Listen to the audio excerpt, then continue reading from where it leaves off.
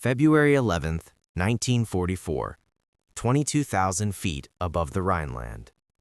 The moon hangs thin and cold over Germany, casting Tudor light across the cloud layers below. Hauptmann Werner Hoffmann adjusts his oxygen mask and scans the darkness from the cockpit of his Messerschmitt Bf-110, the twin engines thrumming steadily as his night fighter patrol circles over Cologne.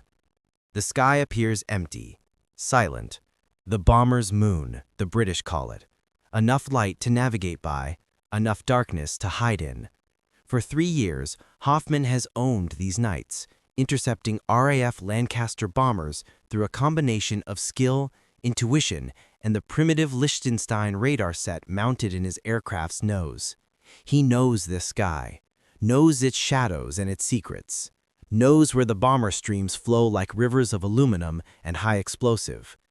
Tonight feels different. The radar operator in his rear seat, Unteroffizier Klaus Richter, reports multiple contacts approaching from the west, but they are not behaving like bombers. They are turning, circling, searching, and they are accelerating directly toward Hoffmann's position, as if they can see him through 50 miles of darkness and cloud. Richter's voice crackles through the intercom, confused and frightened. "They are closing on us, Herr Hauptmann. They know we are here." Hoffmann banks hard left, cutting throttle, dropping altitude through cloud cover. The contacts follow. Impossible. The Americans are not supposed to be able to do this.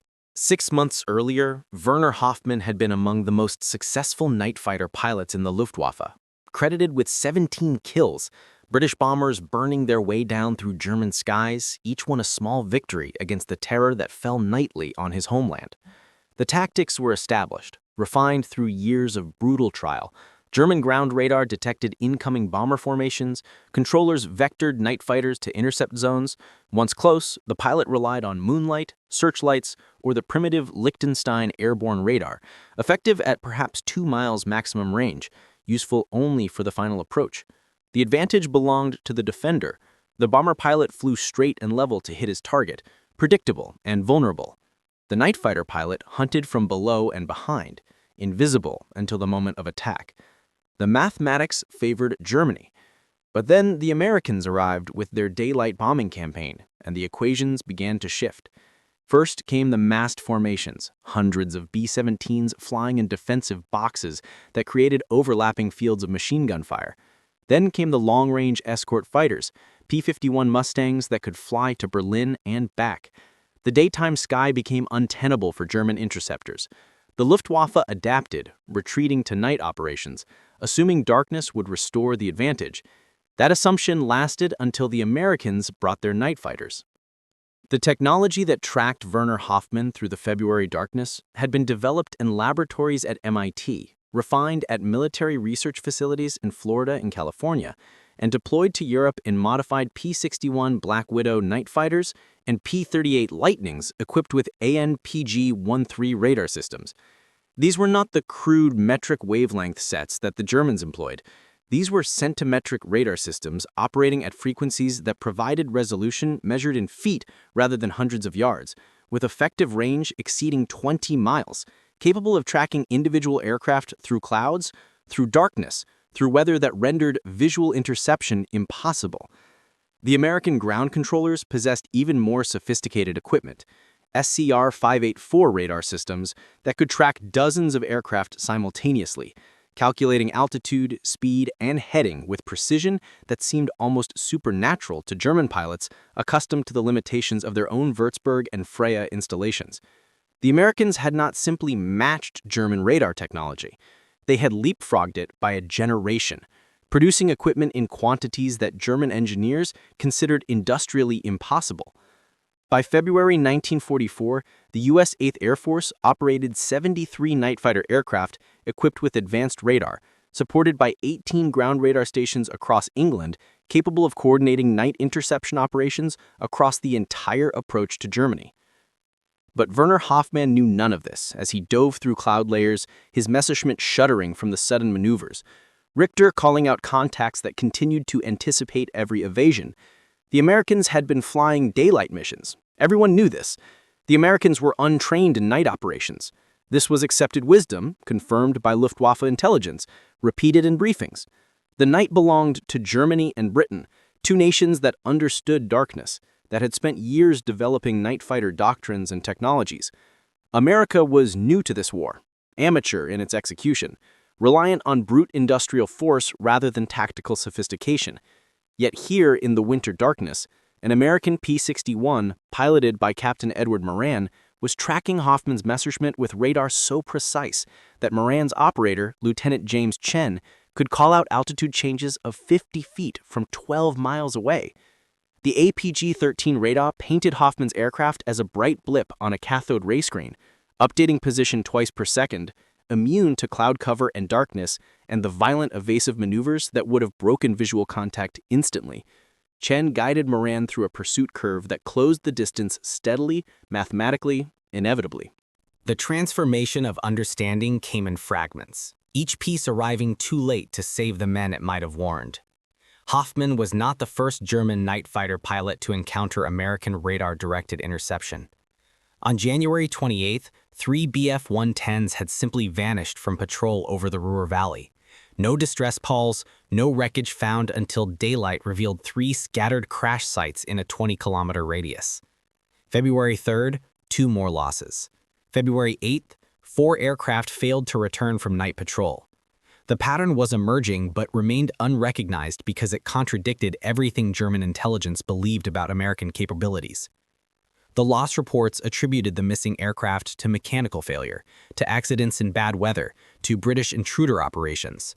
The possibility that American night fighters were hunting Luftwaffe interceptors with technological superiority was not seriously considered until the survivors began returning with stories that sounded like fantasies. They follow through clouds. They anticipate every maneuver. They find us in total darkness as if we are illuminated. One pilot, Oberlieutenant Friedrich Koch, reported being pursued for 40 kilometers through solid cloud cover by an American fighter that maintained perfect pursuit geometry despite Koch never breaking into clear air. His report was filed with a notation suggesting combat fatigue. The symbolic object that came to represent American technological dominance was not the radar itself, invisible, incomprehensible to most pilots, but the result, the gun camera footage. American night fighters were equipped with cameras synchronized to their weapons, recording each engagement for post-mission analysis. These films showed German night fighters caught in perfect firing solutions, illuminated by tracers, often completely unaware of the American presence until the bullets arrived. The footage was clinical, almost boring in its precision. The American pilot closed to optimal range, usually 300 feet. The radar operator confirmed target identification. The pilot fired a burst of perhaps 2 seconds. The German aircraft came apart, wings folding, fuselage breaking, crew members sometimes visible as they tumbled through darkness. No dramatics, no extended dogfighting, just efficient execution enabled by technological supremacy. These films were analyzed by German intelligence after the war, and one analyst noted in his report, "The Americans turned night combat into an industrial process. They removed skill, experience, and intuition from the equation and replaced them with electronic certainty. Our pilots were not outfought. They were simply identified, tracked, and eliminated by machines that could see what human eyes could not." Werner Hoffman survived his encounter on February 11th through luck rather than skill. The American P-61 pursuing him experienced a radar malfunction, a vacuum tube failure in the display unit, at the moment Moran was preparing to open fire. By the time Chen could switch to the backup system, Hoffman had descended below 1,000 feet and was racing toward his home airfield at maximum speed, too low and too close to ground clutter for clean radar tracking. He landed with his aircraft punctured by 3.50 caliber rounds from the brief burst Moran had managed, confused and terrified, certain that he had somehow been betrayed, that a spy had revealed his patrol route, that some new weapon had been deployed. The truth, that American radar had simply tracked him like a laboratory specimen through 60 kilometers of darkness, seemed less plausible than conspiracy. In the debriefing, Hoffman's account was received with skepticism. The intelligence officer suggested that he had been illuminated by searchlights he had failed to notice, or that the American pilot had been extraordinarily lucky. The alternative, that the Americans possessed radar superior to German systems, was rejected as defeatist speculation. But the evidence accumulated beyond the point where it could be dismissed. By March 1944, Luftwaffe night fighter losses had increased by 400% compared to the previous year. Experienced crews were vanishing at a rate that made replacement impossible. The training pipeline that had once produced skilled night fighter pilots in sufficient numbers had collapsed under the weight of fuel shortages, shortened instruction time, and the allocation of most advanced equipment to daylight interceptor units trying desperately to stop the American bomber offensive. The night fighter force that remained was being systematically destroyed by an enemy that could find them in conditions that should have made interception impossible. German pilots began refusing night patrol assignments. Morale collapsed. The night sky that had once been sanctuary became a hunting ground where German hunters discovered themselves to be prey. One pilot's diary, recovered from a crashed Ju-88 in April, contained an entry that summarized the psychological transformation. We were told we were the elite, the night wolves who prowled darkness that lesser men feared. Now we are mice beneath the hawk, visible to eyes we cannot see, hunted by technology we do not possess. The Americans have made us obsolete. This is more frightening than death. The radar represented something deeper than tactical advantage. It represented an American approach to warfare that German military tradition had not prepared anyone to counter. German doctrine emphasized individual skill, superior training, tactical brilliance, the ace pilot, the expert commander, the genius of operational art. American doctrine increasingly emphasized systems, technology, mass production, and the elimination of individual variability through mechanical precision. The APG-13 radar allowed mediocre pilots to achieve results that would have required extraordinary skill in previous years. The American night fighter force contained many pilots with minimal combat experience, men who had learned their trade in Florida training programs, lasting a few months rather than the years of preparation German night fighter pilots underwent.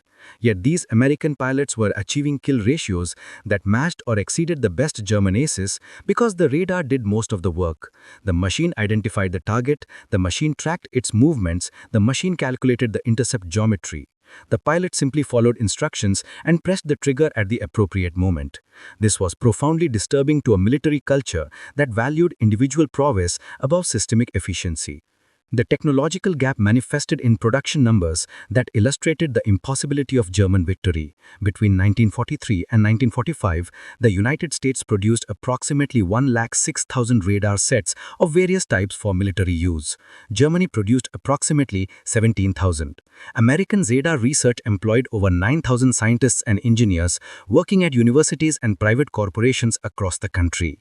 German radar research was fragmented among competing agencies, chronically underfunded, hampered by material shortages, and the allocation of scientific talent to wonder weapon projects that consumed vast resources while producing negligible results. The SCR-584 radar system that guided American night fighters cost approximately $35,000 per unit to manufacture and was produced at a rate of 1,500 units per year by 1944. The German Würzburg radar, less capable and less reliable, cost more to produce and was manufactured at one-tenth the rate. This was the pattern across every category of military technology. American systems were better, cheaper, and produced in quantities that German industry could not approach even theoretically. Werner Hoffmann flew his last mission on March 19, 1944. He engaged what he believed was an American bomber formation near Frankfurt, approaching from below using standard night fighter doctrine. His radar operator achieved a lock on the target. Hoffmann climbed to attack position. The bomber he had targeted was actually an American radar-equipped night fighter serving as bait, and the moment Hoffmann's Liechtenstein radar activated, it betrayed his position to American ground controllers who vectored 2 additional P-61s to his location. Hoffmann was caught in a coordinated trap that used his own radar emissions to target him, a tactic called night ferret operations that the Americans had developed specifically to hunt German night fighters. His aircraft was hit by cannon fire from an angle he never saw, the port engine erupting in flames. Hoffmann and Richter bailed out at 8,000 feet, parachuting into a forest north of Wiesbaden. They survived. 53 other Luftwaffe night fighter crew members did not survive that night. The entire German defensive system lost 61 aircraft in March 1944, more than production could replace, more than training could compensate for, a bleeding that could not be stopped because it was caused by a technological disadvantage that no amount of courage or skill could overcome. After the war in a POW camp in England, Hoffman met an American radar operator who had flown in P-61s over Germany. The American, a former electrical engineering student from Michigan, explained the basics of centimeter radar with the casual confidence of someone describing a household appliance. He spoke about detecting targets at 20 miles, tracking through clouds, the ease with which the system painted aircraft against the empty sky. Hoffman listened in silence, understanding finally that he had been fighting not against pilots but against an industrial system that treated technological superiority as a production problem to be solved with resources and engineering talent. The American radar operator had been trained in 4 months. The radar set in his aircraft was one of thousands. If it broke, it was replaced immediately from supply depots, stocked with spare units manufactured in quantities that seemed insane by German standards. The Americans had not developed better night fighter pilots. They had developed a system that made piloting skill largely irrelevant, and then they had produced that system in numbers that overwhelmed any possible response. Hoffman would return to Germany in 1948 to a nation occupied and divided, its cities in ruins, its industry dismantled for reparations. He never flew again. He worked as a technical translator, converting American engineering documents into German for reconstruction projects, spending his days surrounded by evidence of the technological gap that had doomed his nation. He kept one memento from his military service, the targeting reticle from his Messerschmitt's gun sight. A simple circle of glass etched with crosshairs, representing an era when finding the enemy required human eyes and human judgment. It sat on his desk as a reminder of how completely the world had changed. The Americans had taught him that wars are not won by warriors but by engineers, not by courage but by industrial capacity, not by the men who fight but by the systems that enable them to fight with overwhelming advantage.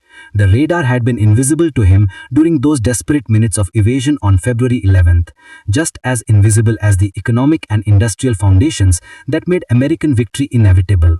He had been hunting bombers, believing himself predator. The radar revealed him as prey, tracked and targeted by machines that reduced his years of training and experience to irrelevance. The night that had once protected him, that had been his domain and his advantage, became a transparent medium through which American technology saw everything. That was the lesson written in electronic pulses and cathode ray screens. Darkness is only darkness to those without the tools to see.